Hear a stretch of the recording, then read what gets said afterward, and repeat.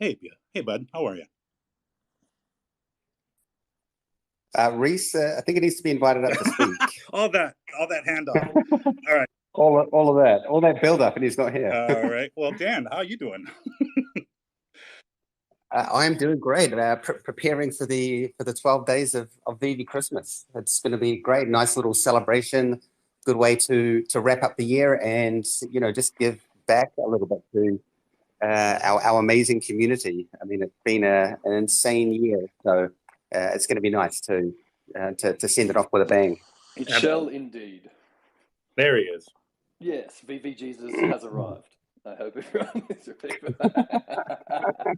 Feels like it's been a while, friends, since we've had a chat. But just on the Christmas thing too, there is a community Christmas quiz taking place on the 16th. You'll find the details on Kay's Twitter. I'll share it to Ecomi later as well. We did a community quiz, I want to say 4 months ago now, using Kahoot, which is just an app that lets everybody join and participate. It was heaps of fun last time. Hopefully more of you can make it out this time. And as always, there'll be fun prizes and things too. So it's just another thing to be aware of. But just to set the room, everybody, to anyone who hasn't joined us before and to everyone that has come along, big welcome, obviously, from all of us. We'll go through the same structure that we usually go through, cover the big ticket items right off the bat. As Alex said, we're a little bit limited for time today. And then we'll bounce between questions that were submitted to Twitter and live questions from the floor. But without further ado, we may as well kick things off. So thank you for that opening word, Alex. Very much appreciated. And the same love and sentiment goes out from myself to the entire community, which has seen some pretty impressive growth of late. Dan, have we got some updated numbers on where we're at in terms of users and all that? Yeah, we continue to grow by users by the 20 to 30,000 on a daily basis, which is great news on one side. Bad news if you're trying to score a drop. Oh yeah, but it's also great news, for the marketplace side of things as well. So yeah, we're still sitting at around 1.3 million active users per month, which is insane when you think 2 months ago or 3 months ago that was sitting at around about 500,000. So again, just a huge credit to everyone in the community who goes out of their way to set up these competitions and do the videos and just generally promote VeVe and get exposure to the product. So we really attribute a lot of the user growth to you guys and the fans. So big thanks for that. Yeah, so I'll second that. And you did just touch on how hard it is to get a drop these days. But I think we'll cover some of those things later as well, now that we have that growing user base. But before we get there, we have a couple of pending app releases, or one key one. I don't think it's live yet, but we're expecting one this week. Is that correct? Yep, that's right. So very excited to say that finally, after all this time, Showroom V2 will be released later today.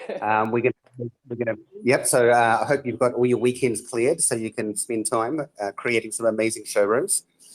We're going to publish an article on our Medium channel sometime in the next few hours after this Twitter space. And then keep an eye on your app updates later today. I would say it might be about, let's say at the top of my head, it's probably going to come out in maybe 6 to 8 hours from now.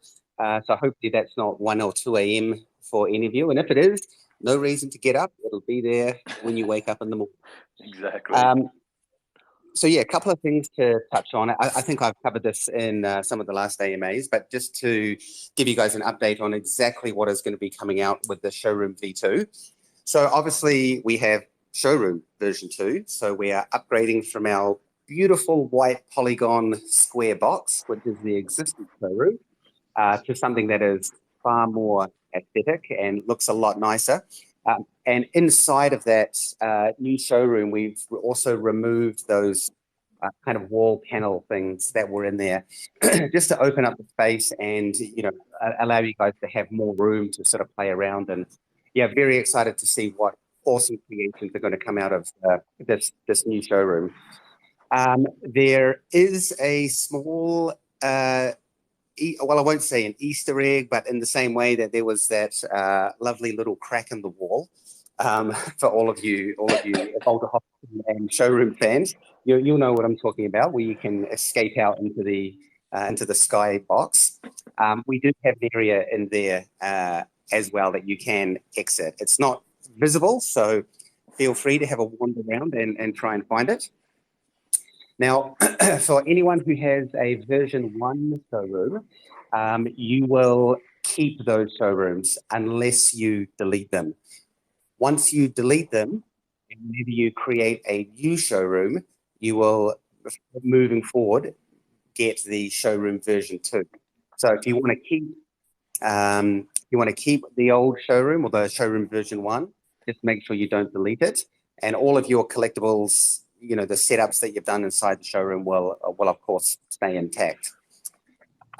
Secondly, is we have a new type of showroom coming in called the empty space. Now, this works exactly the same way as showroom version 1 and version 2. It's got all the same controls. You can add collectibles, etc. With the big difference in this one here is that it has no walls, or it has no gallery. It's basically just a big, as the name implies, funnily enough, an empty space. And one of the main purposes of this new showroom is we've had many requests from our fans, you guys basically, to have multiple collectibles in augmented reality. Now, some of you have been very smart and worked out that you can do that by dragging them outside the door of the existing showroom, and then when you go into AR, they're all available there for you. But this new empty space showroom just makes that significantly easier. You can drop as many collectibles as you want in there, within reason, of course. Position them all, scale them, rotate them, exactly what you're doing now. And then you can jump straight into AR mode, and now you'll be able to basically have all of your collectibles there, walk through them, do whatever you want.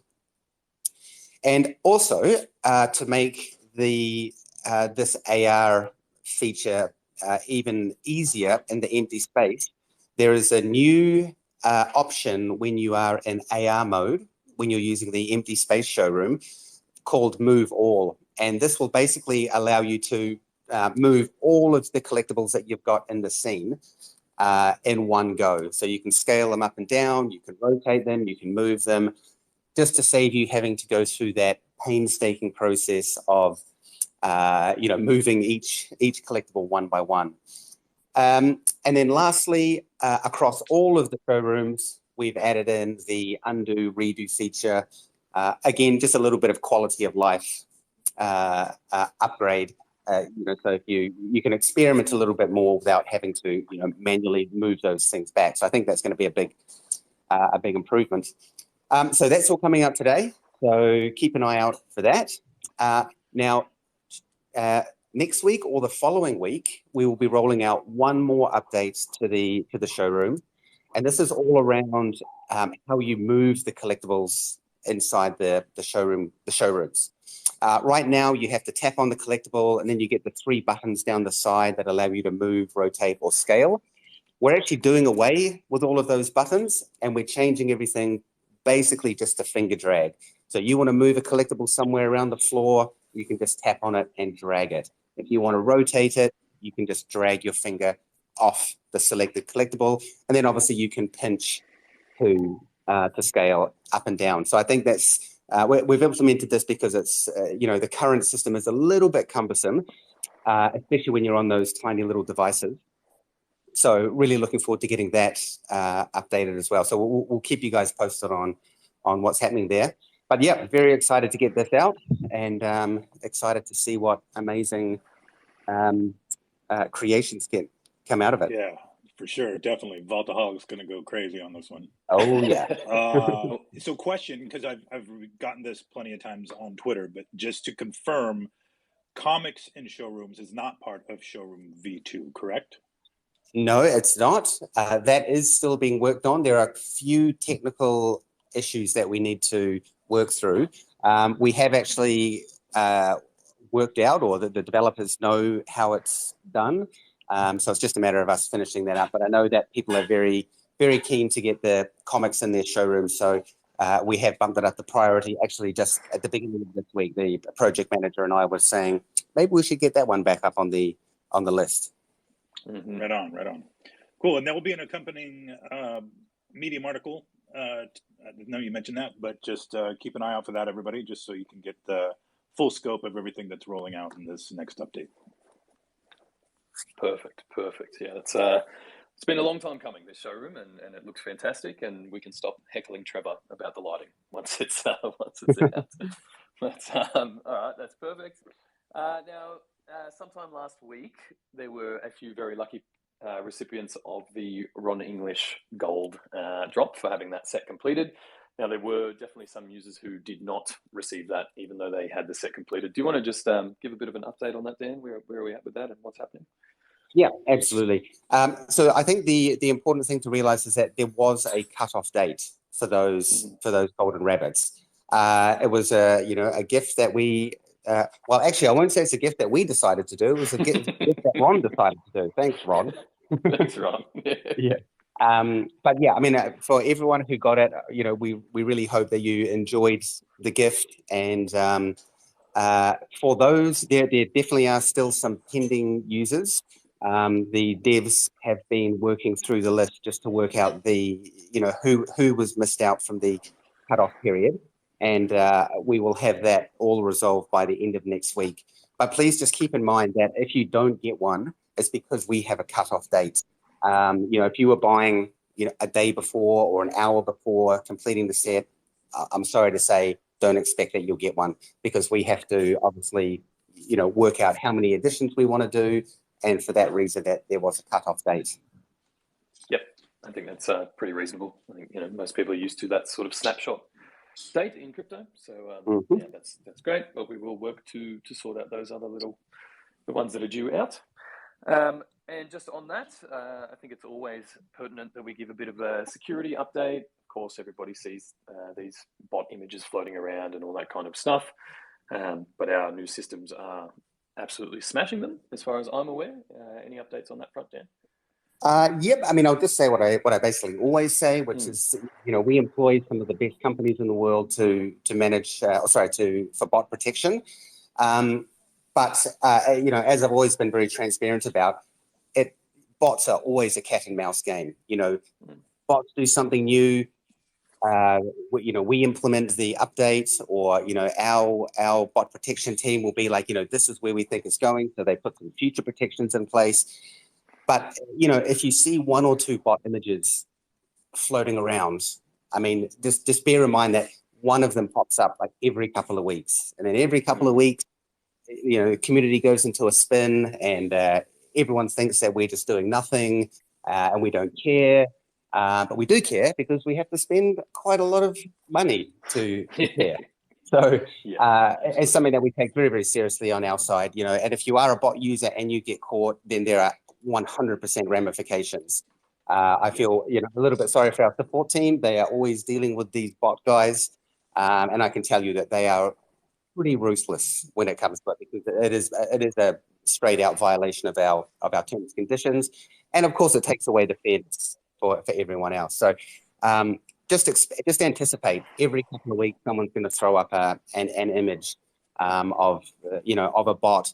And as I mentioned last time, we do everything on our side. We employ the best companies. We spend a lot of money. Our support teams, our developers, are always on the lookout and on the watch for bots. And on the community side, if you do see something, or you find someone selling a bot, please report that to us, because then we can immediately, basically disable that entire bot. And if you are thinking about buying a bot, don't bother doing it, because it's probably not going to last long. So it'd be better for you just to spend that money in the marketplace, to be honest. Yeah, if it's not a scam, it's in the first place. Yeah, if it's not a scam. Yeah. So shout out to everybody who has been sending those images in. Yes, we see them. Yes, we care. Yes, I do see them on every tweet I ever tweet in the history of tweeting. But they are being reported. We are taking it very seriously. And so, continue to, be diligent and, be careful out there. Don't buy a bot. Yeah. Yeah, I'd second that for sure. And you know, it's not just the security systems that we put in place. Like, we've also changed the drop system and the drop model over the last few months to account for these things too, right? We went from first in, best dressed to randomized edition numbers. Obviously, we have a new drop model coming in as well that will help to cut down on these kind of nefarious activities too. So there's, you know, we are really attacking this from all fronts to try and make this as fair and even as we can across the board. Yeah, and I think on that note, Reed, I was just going to say, I mean, you know, even the US government is now, you know, thinking to outlaw bots. So it's a very widespread issue, and as more and more digital content comes in, or even, you know, whether that's like a Nike drop, you know, a Nike sneaker drop online, all of these companies, you know, from large to small, suffer from bots. So yeah, just if we can work together as a community, we do what we can, you guys do what you can. It's just going to level the playing field for everyone. Yeah, absolutely. And look, some of these protections and systems do have automated ways of operating, and there are occasionally false positives. You know, there are people that are using the app correctly and as they should, who still get caught in the net sometimes. But I guess I just wanted to take a moment to reassure everyone that we do then go and investigate these accounts and why it happened, and we reactivate them as quickly as we can. Anything to add there, Dan? I think the only other thing to add is that, you know, we get messages through support channel of, you know, people reporting suspected bots where, for example, they might see someone in the marketplace, the same user who's selling 10 editions of the same collectible, the same price. And, you know, we take that very seriously as well. And I can assure you that every time we go and look into it, 90% of the time, you know, that user might have scored one on the drop, and the rest the rest are purchased off the marketplace, or maybe they're all purchased off the marketplace. So, you know, don't freak out if you see someone in there selling 10 or so. Feel free to, you know, submit it through to support so we can look into it. But yeah, I think sometimes just don't jump to, you know, the worst possible conclusion. Yep, good advice there. I think that's very fair. And just on this side of support, if your issue isn't support, or, you know, something going wrong with the product or anything like that, probably direct them to us outside of the support network. That way those guys can work through the tickets and help people's accounts get back online and activated and all of those things. It just clears a bit of mental space. Lucas paid you to say that, didn't he, Reese? He definitely paid me to say that. It was a request. Yeah, perfect. Okay, we have some platform updates. Somebody took the liberty of tweeting something fun from the Ecomi page today. I think we have some IMX migration updates, maybe? Somebody took the liberty. Who was that? I don't know. Yeah. Where are we at, guys? IMX? Everyone's excited? Let's get to it. XOXO. XO. Yeah, exactly. XOXO. No, everything's going very well with IMX, and we are anticipating that we will have all of the reminting done on this side of Christmas, which you know, is only a couple of weeks away now. So while it's a hashtag soon, it's a hashtag soon. So everything's going very well on that. The developers have got the final things ready for the reminting, which is going to be underway from next week. And like I say, we're anticipating that all of that reminting process is going to be in place by the end, before Christmas. So that'll be a nice little Christmas gift for everyone. And then after that is stage 3, which is basically where we do the token swap. Now, I made the call that we don't want to do that over Christmas or over New Year's. The stage 3 is the most important part of this migration, and something that we need to approach very, very carefully. And I don't want anyone coming in with a New Year's Day hangover and trying to tackle any of this. So as soon as the team is back early January, we will be kicking that off. And between now and then, Reese, I believe you are going to be putting out or publishing a number of articles that you've done that just explain in a little bit more granular detail exactly how the token swap process is going to work. and everything else around that. And of course, we will also be announcing more details as we get close to the time. So I'll be very, very excited to be going into 2022. We have the reminting done, have the token swap underway in January, and just keep in mind that you don't need to swap your tokens straight away. There will be information about how that Reese will put out about how your tokens can be swapped automatically. But if you need to do a manual swap, then we will have our token swap web platform up for, well, basically indefinitely until everything is swapped over.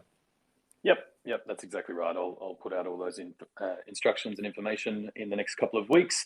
The only thing I will say now, and I will repeat this 1,001 times between now and then, please only use our links. Do not, there's going to be, I already know there will be scams coming out of the woodwork trying to say that they'll help you migrate your tokens, or this is the site, or any of those things. So as always in crypto, guys, just be very conscious of the links you are opening. Only use the official stuff that we put out just to make sure you are in the right place.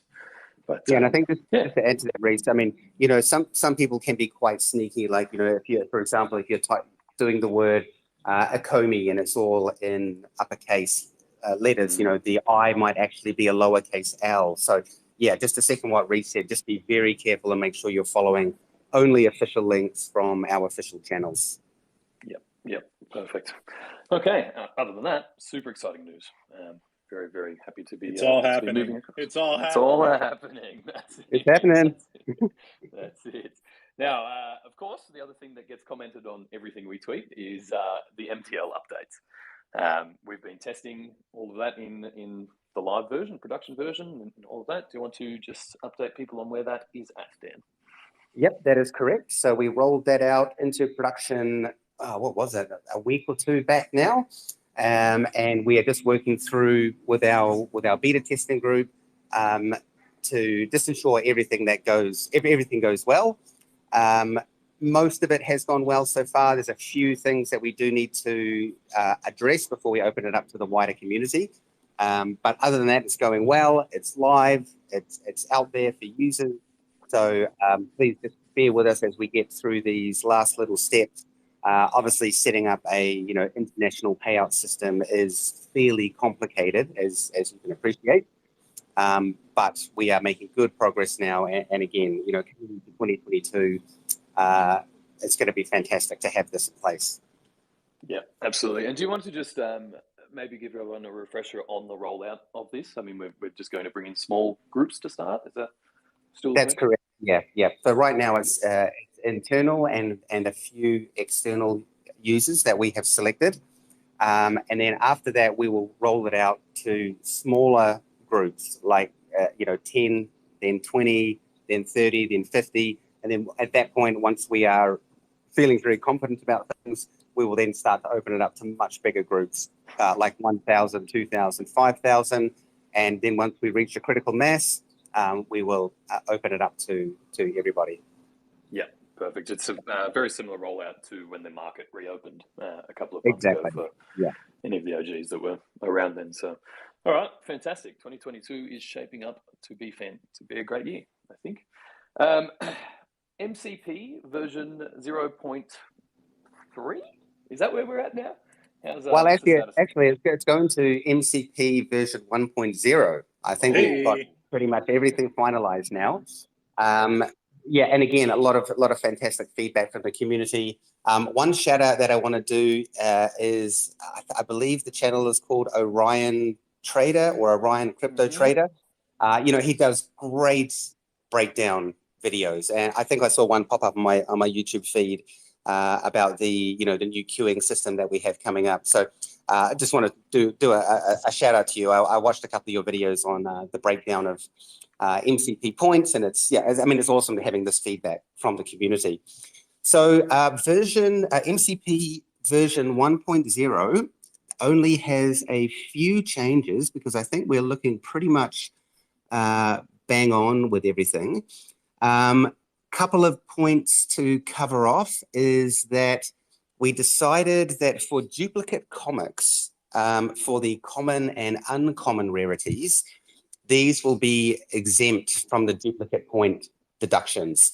For the reason being, we did lower the point system down for common comics down to about, I think it was 0.25 points, and felt it was just a little bit unfair that, you would get those points reduced further with the duplicates. So that's one of the updates. The second thing that I just wanted to clarify as well is that with the drop lottery, as many of you probably know, we switched this to a raffle type system. Now, if you are participating and if you are successful in the drop lottery, then you will need to basically spend all of the drop tickets that you have submitted. So it's not just going to be one ticket for one item. If you choose to use your points to get 1,000 tickets and you win, then those 1,000 tickets will effectively be debited from your account. If you are unsuccessful, then your points will be returned to you. And I can't remember what we decided, Reese. Was it the full points or was it 90%? Yeah, I know with OMI we changed it a little bit, but I think with I MCP, think we changed it was the full points. Yeah, I'd have to go back and have a look. I think you get 90% or something like that back. Yeah. What else have we got here? Under the MCP Pro, we have added in a few additional features, like if you are part of the MCP program, which for those of you who don't know is just going to be a monthly paid program that will give you some extra advantages. And we have added 3 additional things in there. Number one is that under the MCP Pro, you will get a number of drop raffle tickets per month. We have added in renting collectibles, that will be rolling out sometime next year. And then we also have some really cool extended augmented reality features that are getting rolled out as well. So they are also part of the OMI utility program, and we've now put them also under the MCP Pro. So a couple of great new features going in there. And I'm sure as time goes on and we roll out new features, we might continue to add to that MCP Pro. So keep an eye out next week. We'll be publishing that final version of the Master Collector Program version 1. And we've already started on I actually should say continued on the development on our side. Obviously, the plan the MCP has evolved quite a bit with all of the amazing community feedback we've had. So great to get that underway. Yep, for sure. And I'll second that with the OMI utility program as well.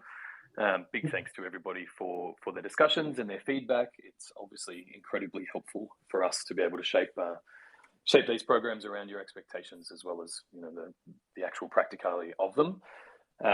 So Dan and I have a few models to run through still for version 2 or 0.2, I should say, for the OUP. But we have heard your feedback and we are definitely integrating that. Do you want to go into more depth on that at the moment, Dan, or should we wait until we finalize?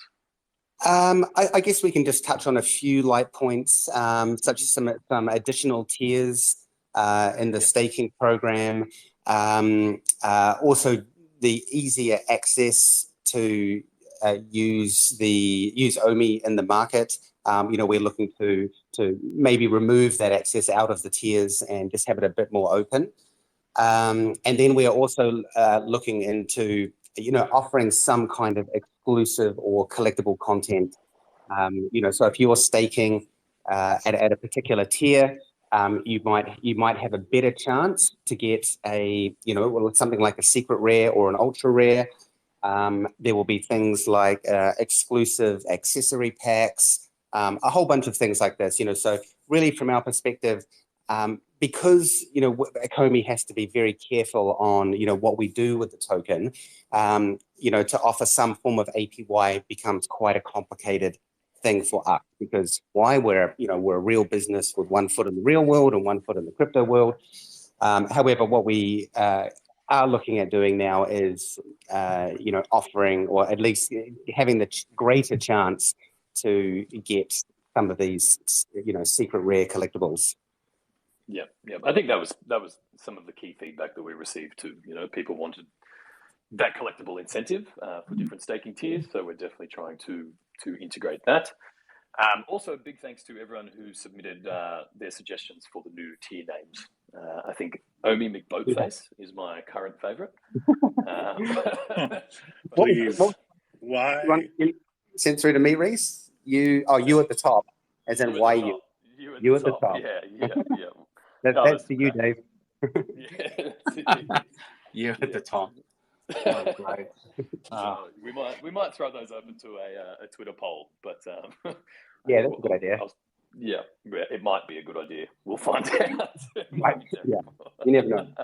That's it. But okay, cool. Well, we'll aim to have version 2 out of the OUP next week as well, and then we'll do another round of feedback. So again, please don't change your entire lives based on these working documents. They are exactly that, a work in progress. And another work in progress that we are waiting on is the web platform. Any updates on that development? Yep, web platform is coming along very well. I'm actually hoping to give some previews sometime in January. But I personally am very excited. You know, every time I've been working on the web platform or going through and reviewing it, and then I have to go back to my phone. I'm like, oh man, we need to get this out just because it's significantly. I won't say easier to use, but anything on a desktop is just a little bit more comfortable, especially when it comes to the showrooms. No more having to drag your finger around on this tiny screen. You can now position all of your collectibles with your mouse and all that kind of thing. So, what else can I update on that? That's pretty much it, really. I mean, it's just going through the paint by numbers, really, just building out the features.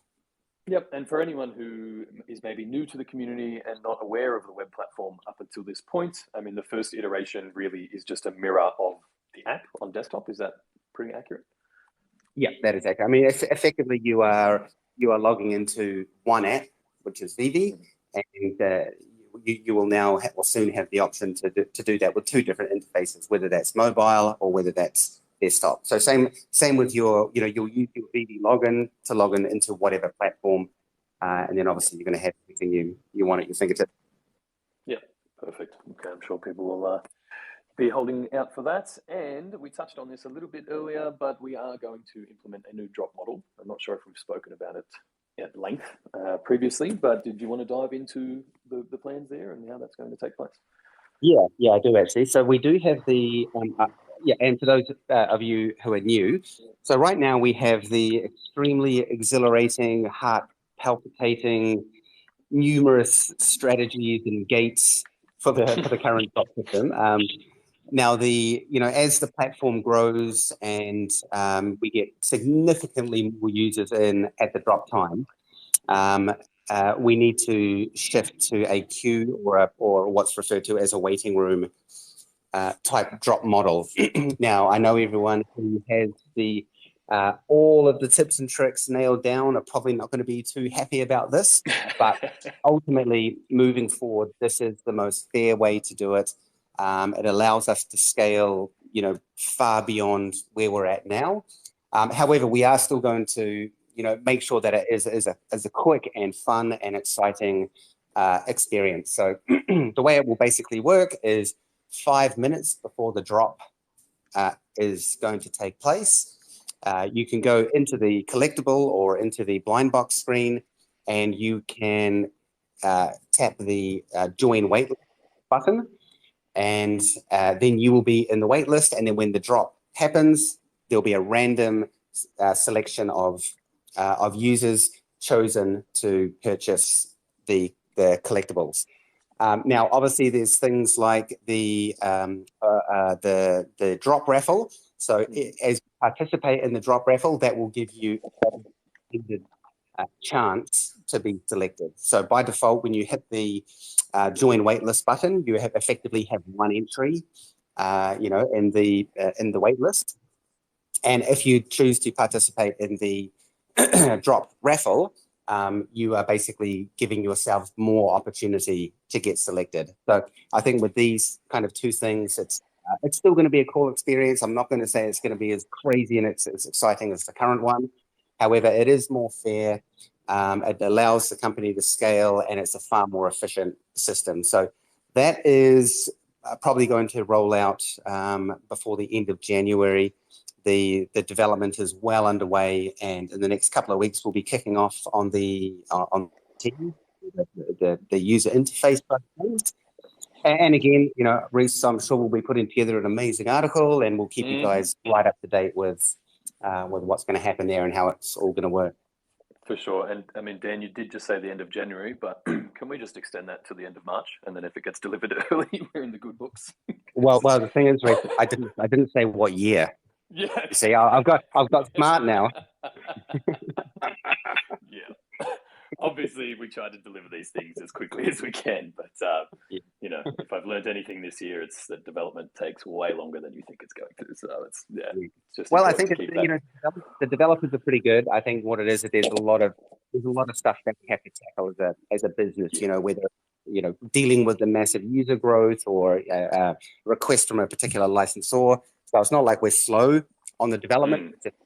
It's a very big and fast-moving company now. So there's a lot of things that are going on. Yep, absolutely. And the only other thing I have on my list, which made me laugh a little bit, we've been talking Artist Alley for the last 12 months. Turns out DC has their own Artist Alley brand or anything like that. So just so there's no confusion there, the Artist Alley release from DC that just happened is not part of our Artist Alley feature. Are we looking to rename that potentially, or are we just going to run it for now? Artist Alley for us was always just a working title. I mean, really, you know, with that program, we are looking into to bring in artworks, you know, as opposed to sort of the branded collectibles you get now or the comic books. This will be an entirely new category that will be rolling out. You know, with one-of-ones or at least very, very limited. And they are, for the most part, will be auction-based. And we have quite a cool auction system, which we will release more information as we get a bit closer. Awesome. Love that little tidbit just hanging there. But all right, well, that's it on my list. Alex, I'm guessing we have a few questions to throw from Twitter and the crowd. Yes, absolutely. Let's go ahead, and I think we answered this directly on Twitter, but Tales from the Rizzo, one of our Vaultaholics, asked about scaling issue on Storm and DC Artist Alley collectibles. And I believe we've kind of figured that out, right? There were some parameters, upper and lower parameters erroneously put on some of those collectibles that allowed or limited scaling rather. That has been fixed and will be fixed moving forward, correct? Yep, 100%. We've identified who was doing that and told them you're a very naughty boy and you need to make sure you're not putting limits because everyone wants a giant Wonder Woman.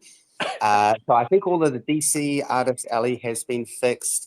And I believe the other one was the Decon mascot, which is due to go out in the next, I think early next week. That's going to be re-uploaded. You guys won't have to do anything on your side if you own it. If we do an update to the 3D asset, it will just automatically download when you go to browse it again. And I can't quite recall what else there was. Alex, can you remember off the top of your head? I believe it was Storm. Storm. Yeah, Storm as well. Yeah. So yeah, we found the issue now, so we'll be rolling those updates out. Cool. All right. Moody asks, can you stagger comic drops for us Aussies, please? 3 a.m. drops have been killing me. Now, I think I can, keep me honest here, Dan, but we have been discussing playing with some different drop times just to kind of make things a little more accessible across the board. I'll keep in mind we have a worldwide audience, majority of which are kind of Pacific time zone and ahead. So if we get too late in the day, then all of Europe is in the middle of the night. So we're trying to figure out, and maybe if we kind of move it just an hour or two, if that's going to help our friends down under as well as New Zealand.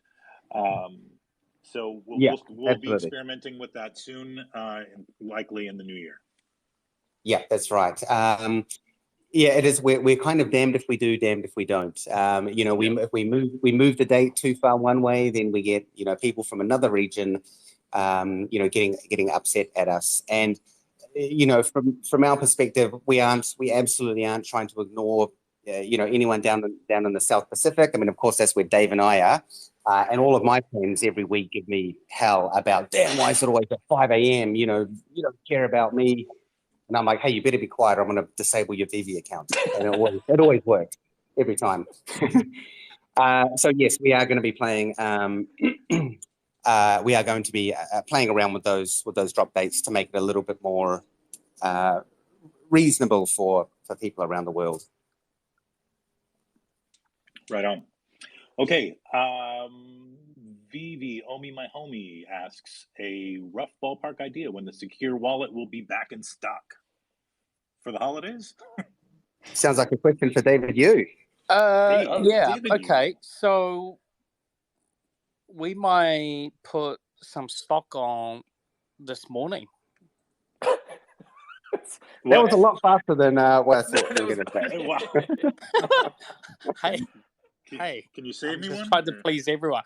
We'll put some stock on today for shipping for Christmas. Wow. All right. Solid. Nice. Keep an eye out. Okay. Next question. I actually have this from a few different people. The reminted NFTs on IMX, will they be dated with the original mint date, or will they be the new mint date, which is sometime next week, before Christmas, rather? Yes, it will be the latter. There were a number of complications around that, so we basically will be reminting them, and that will just be on chain. Obviously, if you look at the collectible inside the VeVe app, all of the the dates that you purchased prior to the reminting will all still be there, but on chain, we opted just to move ahead with a remint. Great. Okay, let's go with a couple more here. Tokes asked, when front camera feature? That is a great question, actually. I do not know, but I will have a look into it. I think, oh no, that's right, I do know.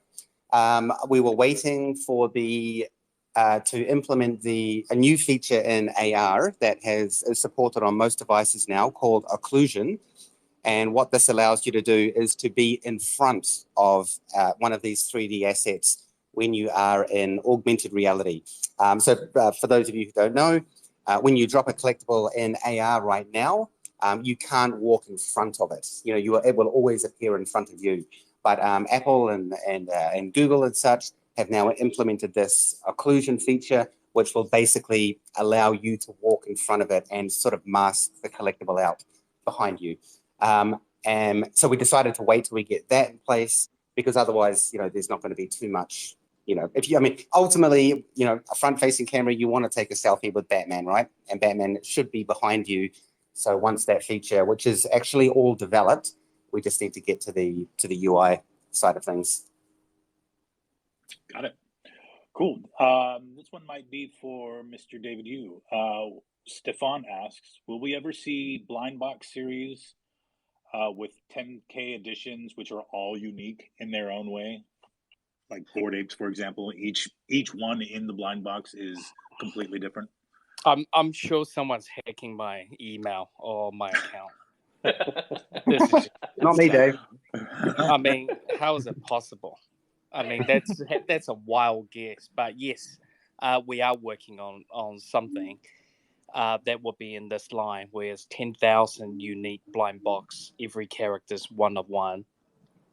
Yes. Yeah, I mean, super exciting. It's going to be fun. And I think, just to clarify, Dave, I don't think they're all going to be completely unique, like say Bored Apes. There'll be variations. Correct. Yeah, but they're unique in a way where there's no two look-alike type of thing in the movements or the arms. Obviously, if you do 10,000 of one character, you're going to have a bit of overlap that looks slightly, but when you look close, it won't be. And I mean, we continue to roll out new categories. I think this week we announced Citron model and Das model, and this is basically just the preheating up to our new range of cars coming out. Car collectors are one of the biggest in the world, and all our audience will understand we like to pace ourselves when we announce these brands. So, watch this space. I think we have a lot more offering and brands that will be coming on board that I think our collectors will be very excited.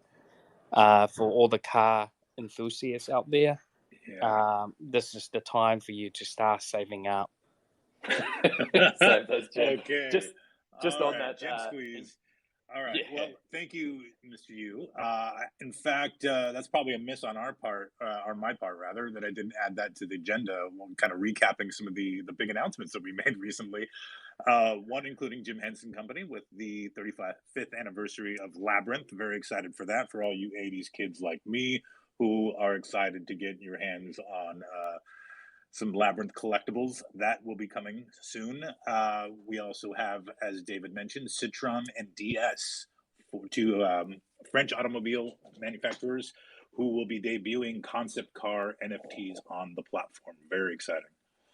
Super exciting. In case anyone missed it, we announced earlier in the year that we also have General Motors. So there's kind of... Why do you bring that up, Reese, all of a sudden? It seems random. Time for car collectors. No reason at all. Their gems, I was told. Okay. Putting it back out there.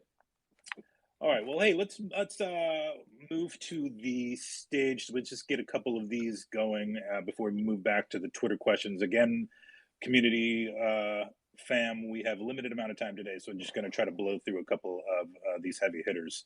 So with that said, let's get the two blue checks up for purposes of maybe getting some tough questions. What do you think, Dan Chabel? Well, I love tough. I don't know if these are the toughest questions, but I think they're, I'm representing a lot of people who have asked these questions all over social media.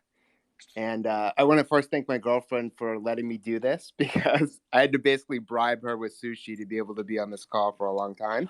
And for all the nice messages that I've got, I just want to promote what Alex said opening up this whole call is, hey, if you want to criticize something, criticize ideas, don't attack people. And I think that I view us all on the same team. So let's kind of help each other, learn from each other, improve as a community, because everyone's working really hard and everyone's very invested in this. That's why you have 2,500 people here or more who are listening on a Thursday night. So the first thing is, one of the things that gets talked about a lot is the FA designation.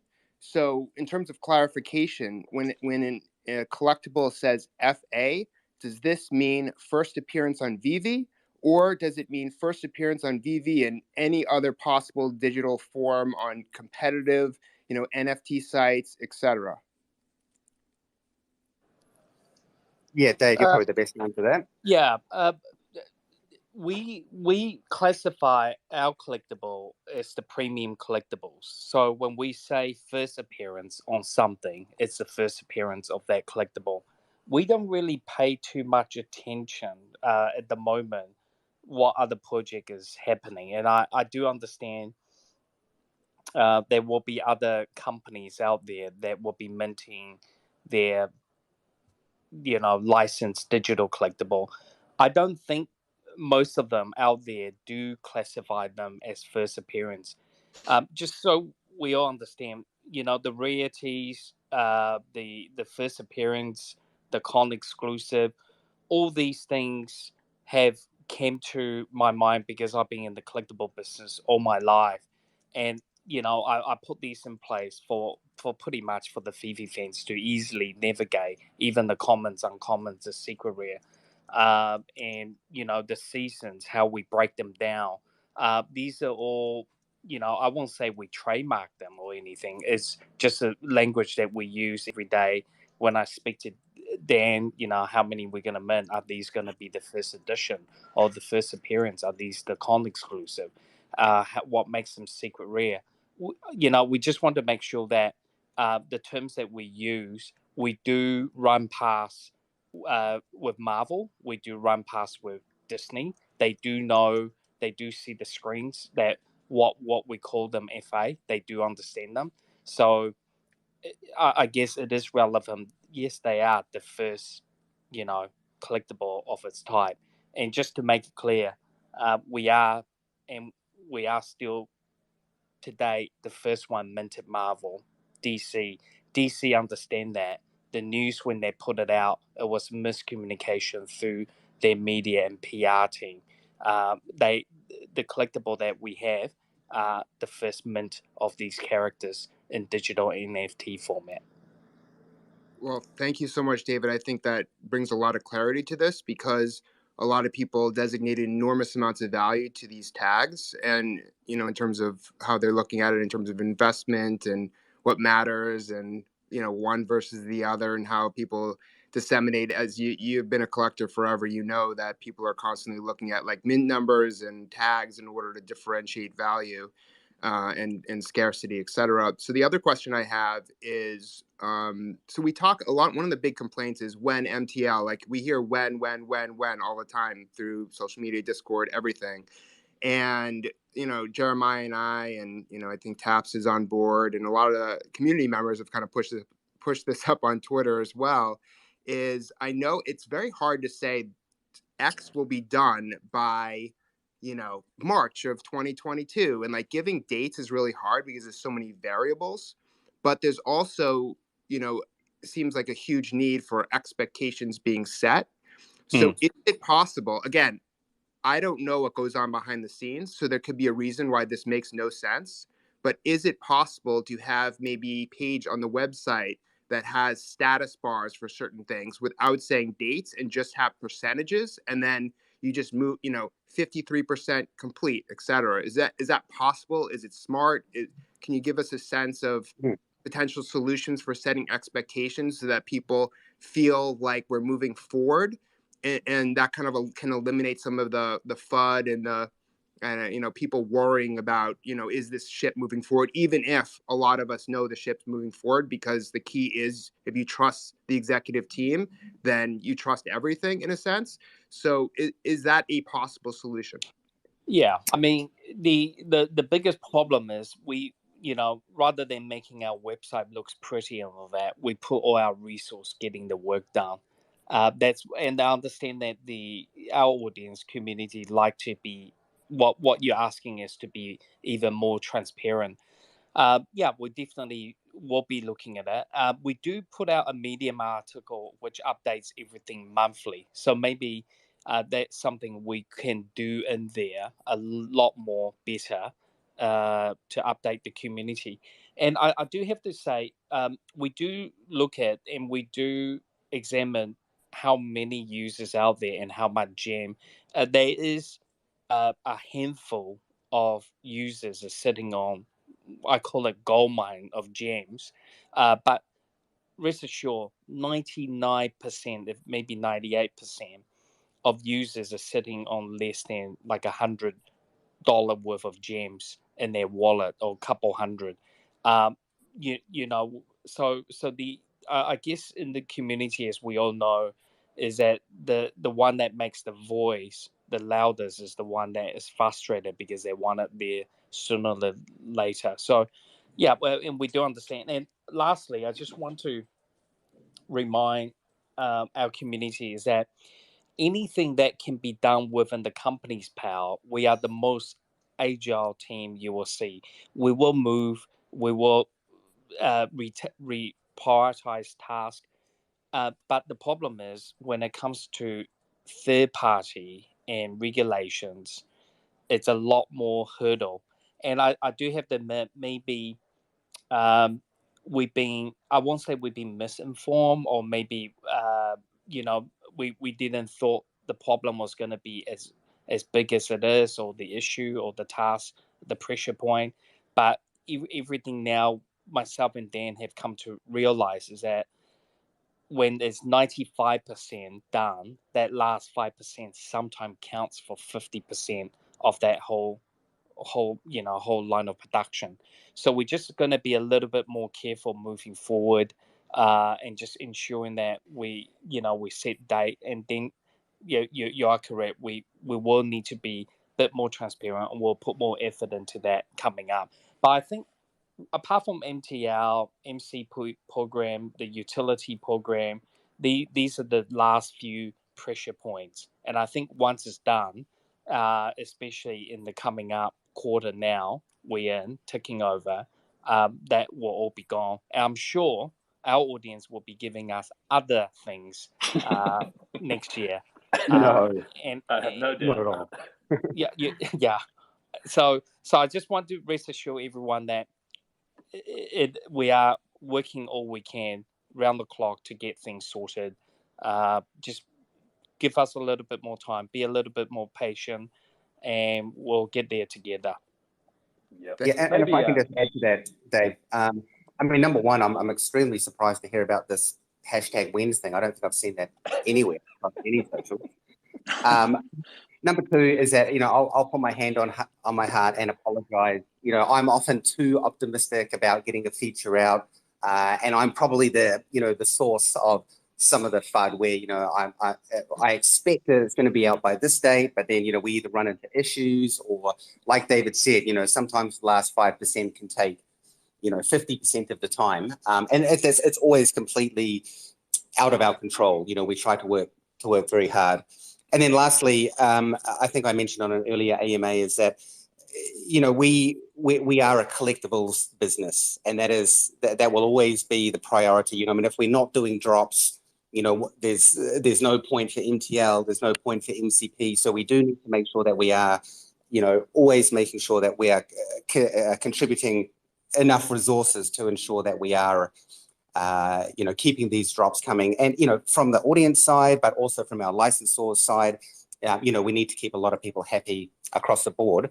And then just lastly, I'll say, things like Master Collector Program, OMI Utility, these are quite complicated features. I mean, you guys have probably read through the Master Collector article. There's a lot of calculations going on there. We need to ensure that everything is going to work correctly, all the retrospective point calculation. So, please just don't think that, I don't know, David and I are running off sitting on the beach having a beer. It's never the case. And just to let our audience understand that the caching out function and the web function was actually never part of our roadmap. We actually never intended from day one, because we didn't even think about it that far down. So it did take us a bit of a curve, a wide term, that we had to quickly get a team to start integrating these functions and to scale and to make this even a greater app than it is. And so I just want people to understand that the resource that we have, and we are scaling. I do get a lot of message. People say, well, you missed the scaling part. We don't advertise how many people work in the company and how many new additions we added. Doesn't mean we're not scaling, and we still the same size as we were 10 months ago. We're one of those companies, we just want to get things done. We're not going to jump in and tell you, well, we added 15 more members and this guy's going to do this and that. I think our job, and to give less pressure point to our engineer, is just we let them do their work. We don't let them come into the circle that myself and Dan, this is our job. And like I say, we do apologize if you fail. We have overpromised you and underdeliver. Our goal next year is to less promise and over deliver above what we want, and you guys will see a lot of these coming up. Awesome. Thank you, David and Dan. I can just see the status bar memes now. No, there's going to be a status bar called win, and it's going to be at 110%. It's going to start at when and end at when. Okay, so thank you, Dan Chabel. All right, let's go move on to DeLargo. What's up? You're on mute, buddy. Nope. Hey, can you hear me, guys? Yes. Hello. Dude, I'm in like in the work right now, and I listened my name, and I was like, oh my god. But yeah, basically, I don't have questions, guys. I like that I have the opportunity to speak, and I think I'm speaking really nervous right now, and I'm speaking on behalf of the Latin community, Mexican community, and I hope so that Spanish community. And well, just to, man, I don't really know what to say, man. you remember that scene on Godfather that who's this guy that Luca Brasi goes to the Godfather and just like say thanks to the Godfather? I'm that guy right now. So there you go. Awesome. Yeah, I don't know what else to say, but thank you guys. All good. Thanks for your support. On Twitter. I just wanted to bring you up, but I appreciate the support. Which is yeah, thank you, man. Thank you, guys. All right, órale. All right, Austin. Hey guys, how's it going? What's up? Well, Awesome. Couple of questions. I'll be really quickly. On the app, I don't know if it's been updated. It says 100,000 downloads on Android. I'm not sure how that works. Or when you update that, is it like a monthly thing? We don't update that. That's just something that comes in automatically from Google. Gotcha. But I can tell you it's like 13 times off. Oh, wow. I don't know why. So our audience understand. I think sometime of these ratings and the download number, they do set it to their region. Dan, I realize that someone up in Asia is seeing a different number than I'm here in New Zealand. I realized that yesterday because someone was showing me their screenshots on their app store. So I think they do differ, and then you have to add them all up or something. Yeah, because Austin, you're in Canada, right? Correct. I'm in Canada. Yeah. So that and it sounds right. We have around that many users in Canada alone. So you know. Right. Sounds about right. Just on that note, if anyone hasn't rated the app in the app stores yet, and you would love to give us a 5-star review, can you please go and do that after this AMA? Yes, we are thirsty, please. Always. No, but we would really appreciate it. For those of you who actually, use it daily and love it, we would appreciate it. Consider it a holiday gift. Yeah, and listen, genuinely, if you think we should get a 5, give us a 5. If you think we should get a 1, please don't press that 1. Yeah, just come complain to me. It's easier. Oh man, Austin, I brought you actually submitted another question. So yeah, so I was going to ask that question. Okay.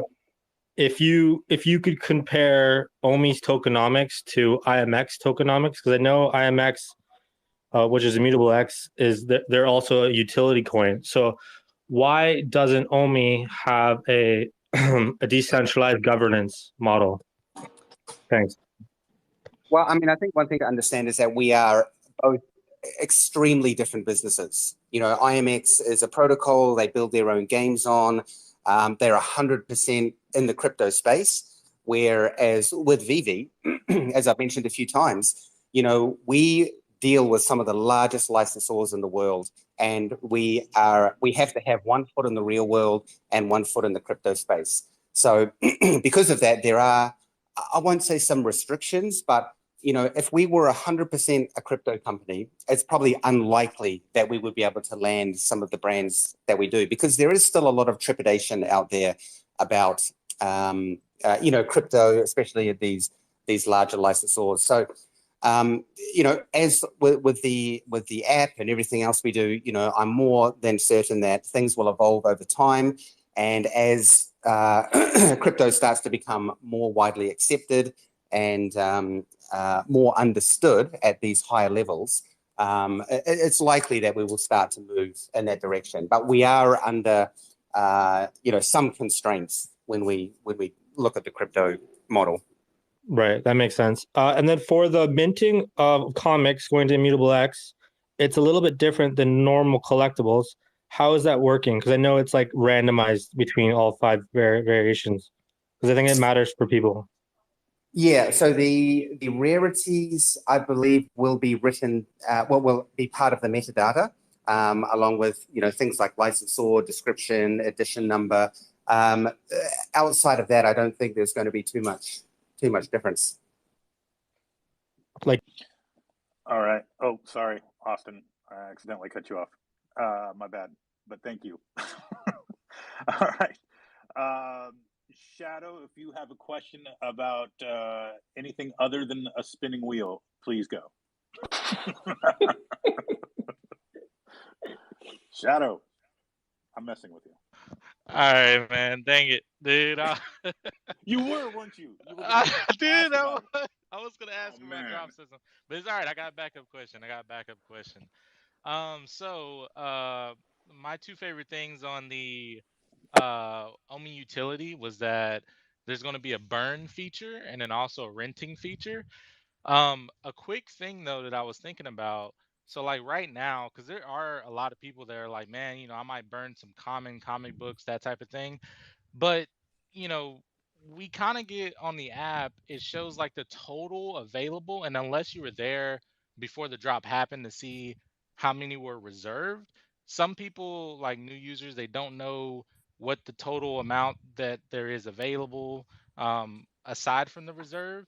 But when people start burning their comic books, will we be able to get like a number to see the availability start to decrease without the reserves a part of it? This is a good question, Shadow, because this also relates to the burning of the Captain America collectibles and then adding a line of metadata that shows total in circulation. Am I off base here, Dan? No, you're exactly on point, Alex. So yeah, we will when we do roll out the burn feature, we will add additional information to the screen. Exactly like Alex said, that there were the original total circulation of this collectible was 30,000. X number have been burnt, and X number are available. I mean, I think that's pretty standard information that we would need to add in when we add in the burn feature. Yeah, and I might next year, if I get a little bit more time, Dan, I might publish a hack guide to VeVe collectibles, and this hack guide we should actually even tell people. I mean, because the first few series of Batman of the collectible, the lower mint numbers were circulating out there, like number 16, 17. So people understand that because when we first released them, we didn't hold any back for the company, or the number were a lot lower until the publishers start asking us for it. So I think the guide to the hack book of VeVe, that will be quite fun, and it will explain to people. We'll probably bring them out in different volumes, and we'll tell them when was Captain America deleted and how many was taken off and why we did it. I think that could be a bit of fun guy. So yeah, definitely on my list. Awesome. Yeah, that was my question. Thank you guys. Hey, Shadow. Thank you. For those of you who don't know or aren't part of our Discord server, Shadow is part of the regular crew on the Discord drop live shows. They have a lot of hour before and after the drop. I believe they have tips and tricks and just general chat about VeVe. So if you guys would ever like to jump in there, Shadow's a real one, and join it. Yeah, we do tips and tricks 30 minutes before the drop. And then we also do granola games. So if you miss out on the drop right before or right after, granola will drop some games and you can try to win some other collectibles. Okay. So yeah. So what's your gut feeling for this weekend's drop with this Voltron? Like the mint size or what? Yeah. All right. So y'all got me speculating on the main stage. All right. So my speculation is Voltron. So I feel like it's a pretty big drop. So I'm thinking somewhere between either a small 10K run or between like a 25 to a 30K run. It's kind of what I'm wanting, but I mean, you hey, think y'all you got have the numbers. enough of a window there? Dave, Anywhere from Dave, 5 to we've worked out who's checking your email, Dave. Well, like a 10K small run, people get really lucky, or like a more generous like 30K ish run, so. God, I'm sure someone's hacked to my email again. Shit, Dave, we better go back and revise the numbers quickly. Awesome. Thank you. All right, thanks, Shadow. Gammaverse. Oh, baby. I'm back. What is up with my VeVe fam? I'm glad to hear from y'all. Y'all blessed and highly favored. I know I am. I'm with the VeVe crew. You feel me? Yes, sir. No, but I just wanted to add, first and foremost, obviously, clap it up. Thank you guys for doing what you guys do. But I know you guys hear that 1,000 times a day. Now, we were thinking in one of these 24-hour VeVe Twitter spaces, because 23 hours of VeVe just ain't enough.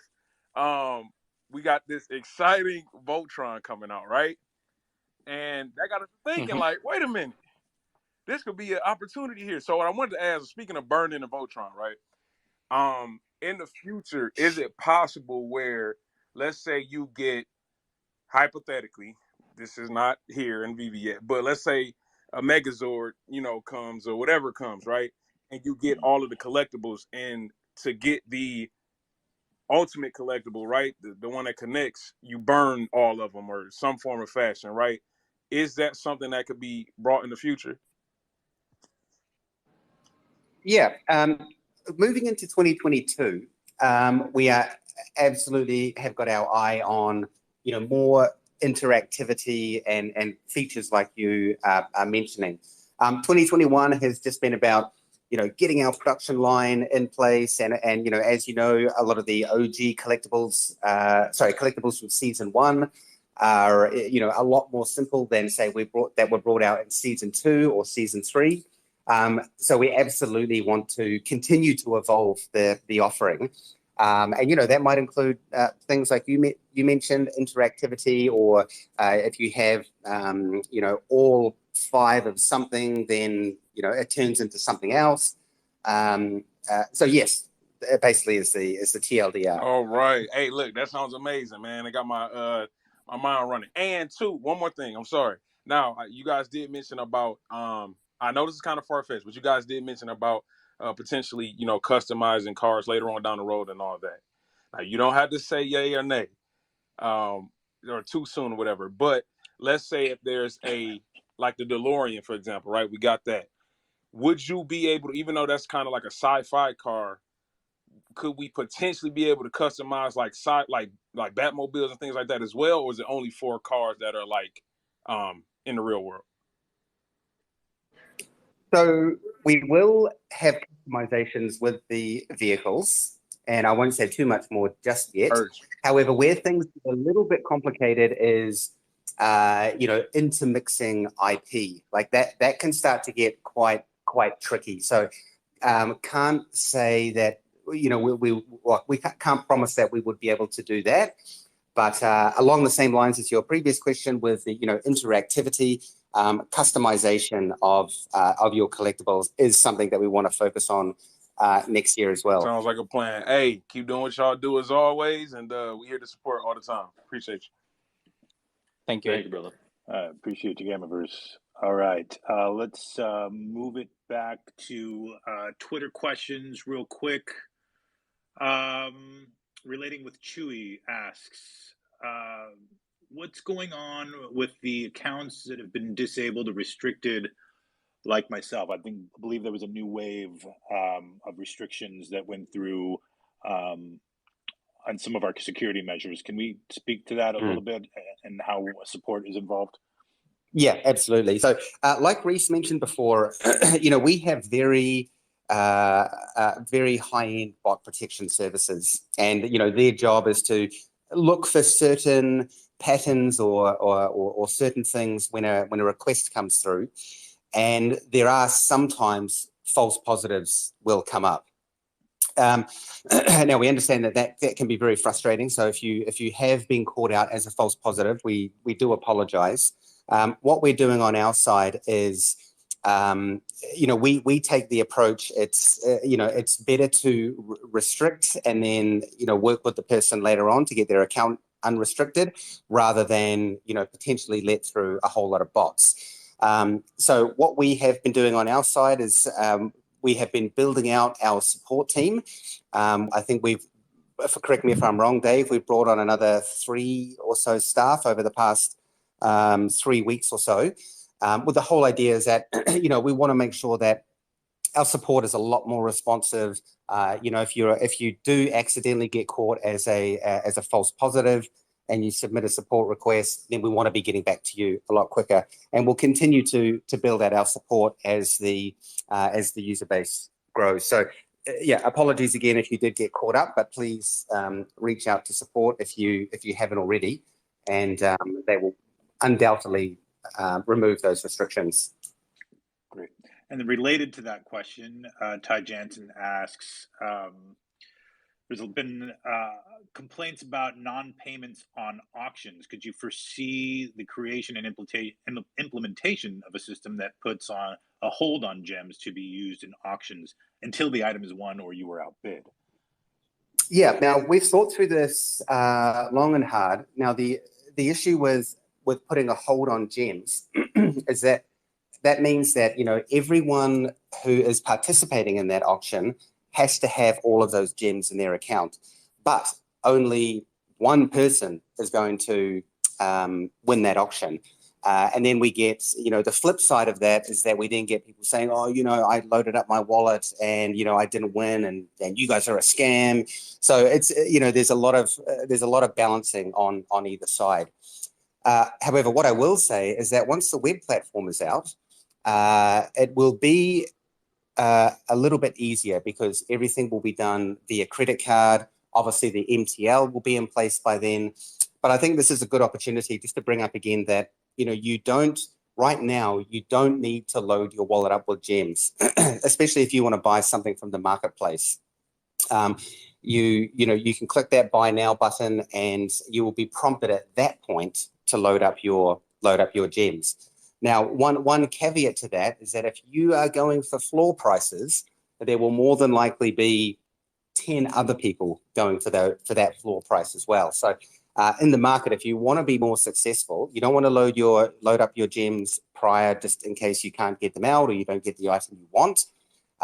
You know, maybe just scroll slightly down that list to something that's, you know, maybe 5 gems more, and you'll be more likely to secure that without having to load up your wallet and potentially missing out.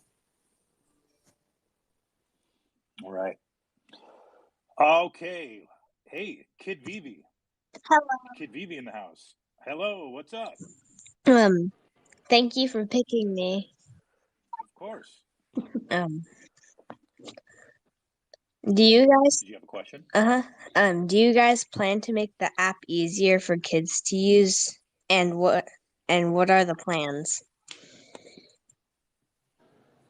Well, technically, VeVe is 13 plus, but we do have a lot of, you know, a lot more kids brands coming out. And one of the other requests that we have from the community is, you know, parents who want to pass their phone over to their children to say play with a Toki Doki or play with one of the collectibles in AR, that we can implement some form of restricted mode. So, hey, Mom, I accidentally just sold your low mint #1 Marvel comics in the market for $5.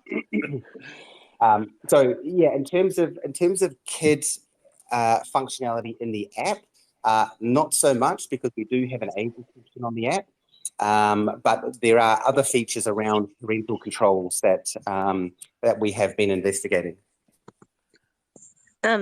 I have a couple of ideas. Shoot. Well, now's your chance.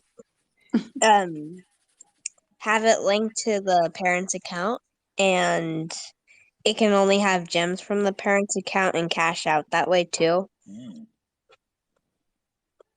right. That is a great idea. Yep. Yeah. Time we employ this kid. Oh, I was actually just going to say, do you want a job?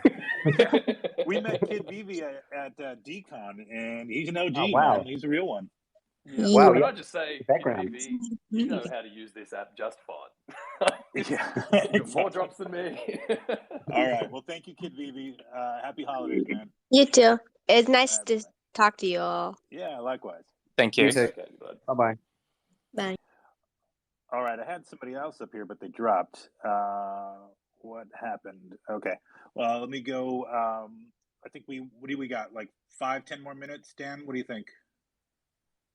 Yep, 5-10 minutes, good by me. Okay, great. Let's try to squeeze in another here.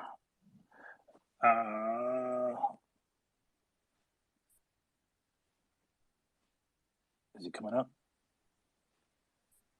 All right. In the meantime, will there be an option to sort comics or collectibles in my collection by mint number? Yes, there will. And going into next year, now that we are starting to get a lot more comics onto the platform, we'll be introducing other ways to browse, like, for example, by series. So let's say you have a lot of Spider-Man or a lot of Avengers, you will be able to tap on the Spider-Man icon or Avengers icon to see all of those comics. And then within that view, we can also add in the ability to sort in a number of different ways. Cool. All right, Lenny, you up? ¿Qué pasa, papi? Hey, Alex. Thanks for bringing me up, Reese, and the whole crew. Hey, this question is for David and DC. It's a complex question, but the question is He-Man or G.I. Joe? Oh, like in general, or yeah, in general. I'm just saying in general. Which I would have you to go like? He-Man. I grew up with He-Man, so he's definitely top of my list. Yeah, Cool. I mean, yeah, He-Man was definitely my first toy. I think G.I. Joe was my second lot when I came in, and my you guys won't believe this. Myself and Dan have a common friend in childhood, and Dan used to play a few doors up from my neighbor, and I got inherited his whole entire collection of G.I. Joe when he went to the high school. Oh no! Yeah, Dave. I still got them. I still got them. I bring them out to show you. I think some of them is in my gallery. Yeah. Awesome. Yeah, I like both, but G.I. Joe's my jam. Yeah, but Dan loved He-Man. I love He-Man as well. Yeah, I like both. I Yeah, grew it's a up. tough question.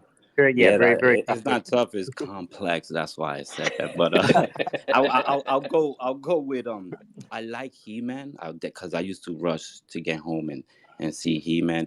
But G.I. Joe, man, I need that Cobra Commander with the shield face and the mask, and I want Destro, and I want all of them. What do you think David is Santa or what, Lenny?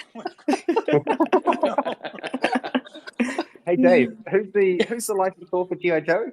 Is that sorry? Who's the licensor for G.I. Joe? It's Hasbro. Hasbro. Okay, right. Well, I was just going to say, hey, I mean, VeVe fam, if you want these, these licensors have a Twitter page, You need to tell them. Mobilize. Oh, you just brought Mobilize. I'm going over there. They do listen and they do watch their social handle, and they do approach us afterwards. But generally, is like, could you get your fans off? Yeah. They're like, okay, we'll do what you want. Just keep your fans at bay. Yeah. No problem. I got that covered. Thank you for everything, guys. All right, thanks, Lenny. All right, let's. I think we got time for one more. Ooh, let's see. Do we make it? How interesting on a scale of 1 to 10 do you want it? I see some personalities up in this request. Let's go for a Reese 12. Oh, I got you. I didn't forget Reese. No one ever forgets. Say no more. Let's see here. Pags, what's up, sir? Hey, what's going on, everybody? How's it going? Dave, Lenny, what's up, everybody? Really well. Hey, Reese, DC. Hey, Al, thank you for letting me in here. I have a question. I know this had been brought up before in one of the streams that we were in. With respect to, I have two concerns. One, obviously, is a little more of a question. The other one is just a recommendation. With respect to the auctions, I obviously, Dave brought a great point up with respect to the actual number of gems the actual average of each account has, and it's not as high as you think. You're right, like 98% people have only a few hundred or whatever, and a few, that, and I'm using that as a premise to this because when when you go into an auction, obviously you don't know. You might need more gems later on. You have to buy them, and that gives you a little time limit to get them. But I think the fact that for a lot of people that come in, because I'm actually a product of a victim of it, where I'm actually in an auction, and there might be people that see me. Maybe I'm a little more high profile, so people want to kind of ruin my situation and just go in there and just bid up and over ridiculous, unaffordable, gem amounts. And it's unfair to a lot of people. It's unfair to obviously everybody that's in the auction, more so the seller. But my point I'm getting to is more the fact of the actual recycling of the gems and the delaying of that it has, and the impact. Because what happens is all the people that were involved in the auction, if these particular fake accounts or accounts that just don't really are not really in it for seriousness, after waiting 3 days, other drops are happening. There's a lot of stuff that's going on, and a lot of those gems, because they don't have a lot already in their account, sometimes they get spent while they're waiting an auction or waiting for it to end. So here we come to a point where it's due day, and then there's still another day to go, and the seller's sitting there for 4 days waiting to get paid, and maybe because of either a false bid or whatever is going on, those particular gems that had legitimate buyers or people that really want to get the the particular item, they're without, and those gems now don't get recycled back into the system again. The seller has got an item that maybe they can't sell now, and so it slows that whole process down. So my recommendation was just with the fact of shortening the time limit on the auction time from 3 days down lower, and also shortening the time to pay from a full 24 hours. I would say, and I had made this recommendation when I was on one of Randy Chavez's stream, that I think if the auctions were like only 1 day, I think you'd have more auctions. Okay, and it would legitimize them, because everybody knowing that you only have 1 day, it'll get everybody ready to go, and you you're in, you're out, and only give a few hours, maybe an hour or 2 hours to pay for it. So in a worst case scenario, if there is some of that fake stuff happening, it'll those gems will, the seller will have their item back and can put it back up again for maybe some more legitimacy, and they can get them gems, maybe if obviously the auction closes, back into the system again to purchase something else, and it'll increase the rate of burn also. So that was my first thing. Also, the second thing was more tailored to a question, and it was it had to do with the I might be two-pronged this question, but I had a question about the mints. For instance, like are the mint numbers tailored to the specific time that they were minted on the blockchain? So like a low mint, was it minted on the blockchain prior to a higher number mint, or is it all a random system? And no, they're all sequential. Okay, so in other words, a 501 was minted before 502, so it has a different date stamp on it. Then you're saying? Well, it's to some degree. I mean, sometimes the collectibles get minted very fast. So there might be one that was minted at. There could be 10 that were minted at 502, but it might have been 502.01. But obviously, we don't go down that granular. But yes, that is ultimately how it works. Okay. No, I meant like the number of the actual variant, like the number of 501 is the number of the variant was minted before the number 502 item. Yeah. That's what I'm saying. They're all sequential, 100%. Okay. And the other thing is I kind of was a little bit confused, not 100%, just with respect to actually going to immutable. Are all these mint numbers going to be the same mint numbers when they're on Immutable X? Is it like the same match? Oh yes. Okay. Yes. Yeah. 100%. Oh yeah. You don't worry. You're not going to lose your low edition, and it's suddenly going to change to a high edition. Okay. Gosh, I think Dave and I would be hunted down and have horrible things. No. The last I appreciate that. The last thing is and this had to do with specifically Captain America and the collectible. It was for the actual those mints that were burnt. Were they burned in fact? those numbers and what were they, if they were? They haven't. Yeah. So what's happened now is that we moved them to a special wallet in the VeVe company account, and then they will, because right now I think Immutable is just finalizing their burn process. So as soon as we're migrated and as soon as they've got that completed, then all of those collectibles will be burned, and that will be part of the same system that will roll out. That will allow you as a user to say burn half of your commons if you want to. All right. Well, thank you, Yeah. Pogs. Appreciate you. And Alex, just to go back to what he was saying on the auction. Yeah. So we absolutely have been looking into that. In fact, I was chatting with the CTO probably a month or so back about what we need to do to reduce the auction down from 3 days to 1 day. So that is definitely something we're going to be looking at, and I'll see if we can get that bumped up the list. And secondly, the reason that we gave people 24 hours to win the auction is, it's actually a holdover from, way back in the early days when we didn't have many users, where, back then you could place a bid and then somebody else may not place another bid for 10 hours. And so if that was the case, and let's just say, for example, you were on one side of the world and you were asleep, and then the auction finished, you might be asleep by the time that, sorry, you may not have enough time to pay that. However, now that the auctions have become a lot more popular, what we've been discussing is reducing it down to 1 day. And then because you're basically there at the point of the auction's closing, you're going to be there. So, we probably will do away with the 24-hour window, because you need to be there at the end of the auction, and then you're more than likely going to have a significantly shorter time to pay. I mean, it might even be down to, let's just say, 30 minutes, because ultimately you're there bidding at the time the auction is closed. Okay. Right Hey, on. Thank you very much. Go ahead, Reese. Hey, Reese. We got Uncle Jeremy there. I haven't spoken to him for a while. Let's bring him up for a couple of minutes. Yeah, how about it? Poor Uncle Jeremy. Yeah, I was going for a Harry Potter book, and somehow it went for a stupid price.